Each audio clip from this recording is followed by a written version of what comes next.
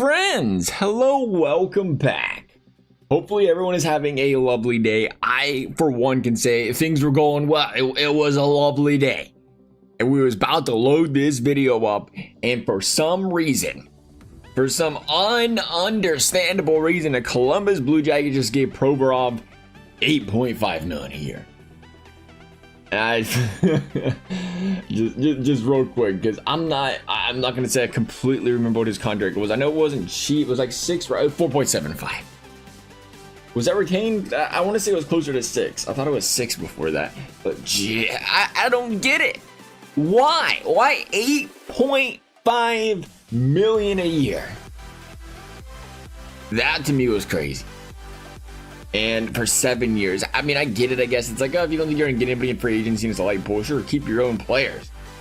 I just can't imagine any team in the league paying him 8.5. Let him walk to free agency and see what happens. See if he can pick somebody else up for 6, for 7. Maybe there's some other guys out there. I know the team's growing, it's improving.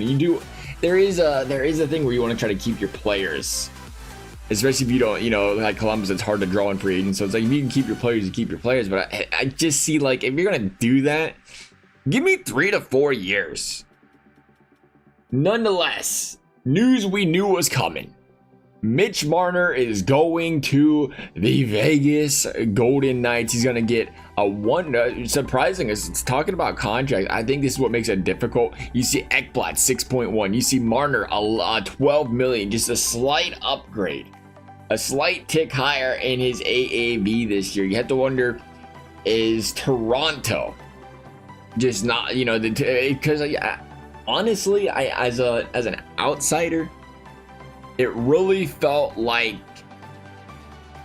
people were kind of just it felt like Toronto fans and media were just kind of like running Marner out of the building. It just felt like I never really had the sense that they wanted him to be there. For years, it was always, for some reason, he was like the butt of the blame of everything. So you almost wonder if he would have taken that to stay there, and it was just kind of like, we're going separate ways. Maybe Toronto's trying to spend that money elsewhere. I don't know.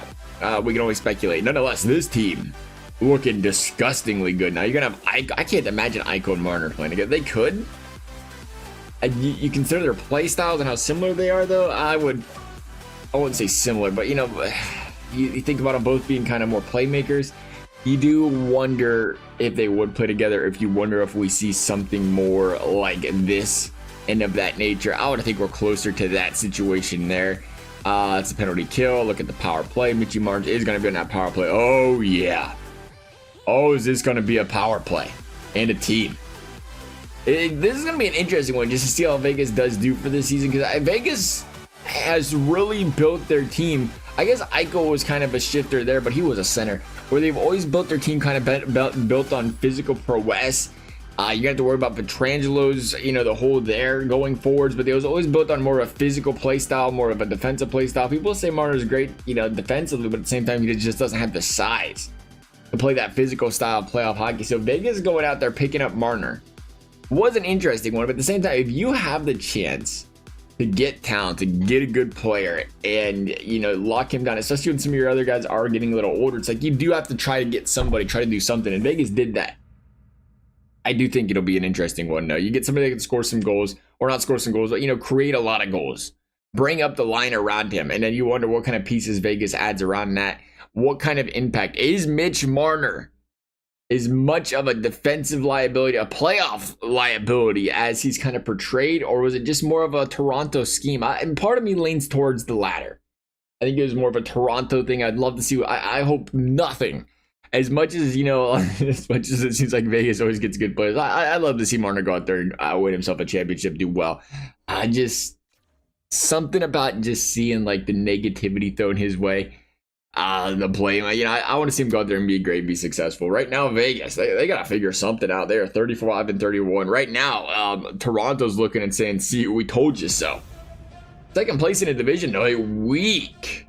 And I mean a weak Pacific Division, because Vegas is going to win the division. No, they're not. They're going to come in second, it looks like, with 94 points. But this is the big thing. They made playoffs. How do they perform in playoffs? That's where the money is made. Eichel dropped a 97-point season. Marner was at 65. Now, again, mind you, he was on the second unit.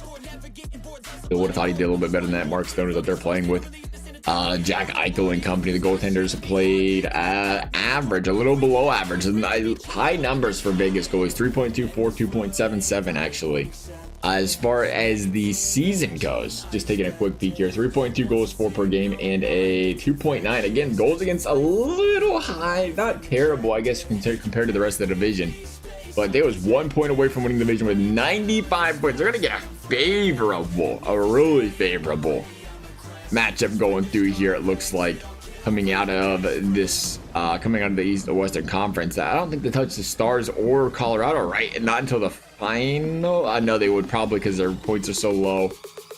No, it'll still be the conference finals because they're the 2-3 seed, right? I believe that is the direction to be going there. Here we go. Seattle, Vegas, first round.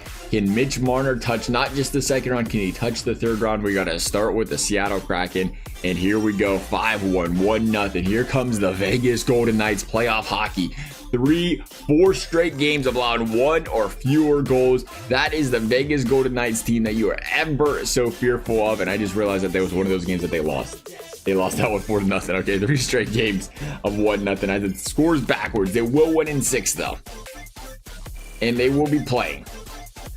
It could just be about anybody. They will be playing the Vancouver Canucks. Again, another team you wonder about the physicality sometimes in the playoffs. Felt like a great matchup for the Vegas Golden Knights going through things. But right now they're down 0-2. There's that bounce back. 6-4 win there.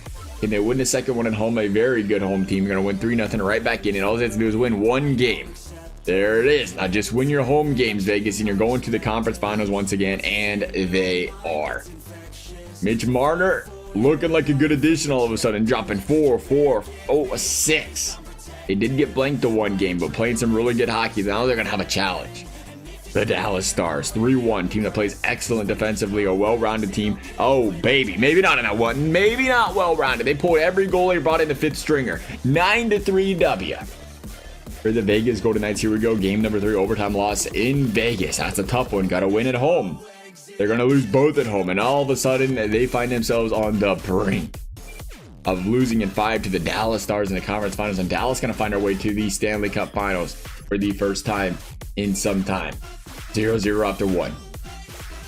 2-0 after 2. Dallas is going to jump ahead. Mikko Rantanen-Marchment with the goals. Vegas is going to have to do something here in the third. They're going to find a way to get on the board against, again, a stifling. Why is that 9-goaler? A stifling Dallas Stars defense, a solid goaltender over there in Ottinger. 2-0, and Dallas is about to pitch the shutout. Vegas is going to lose in, 6 games to the Dallas Stars in the conference finals. It's tough. No matter who's on your team, it is tough. You did want to see Mitch Marner and company not get shut out. What was that, twice in a series? And that's where you do start to say, but they lost 2 games with 1 goal. Another game they got shut out. That's playoff hockey, baby.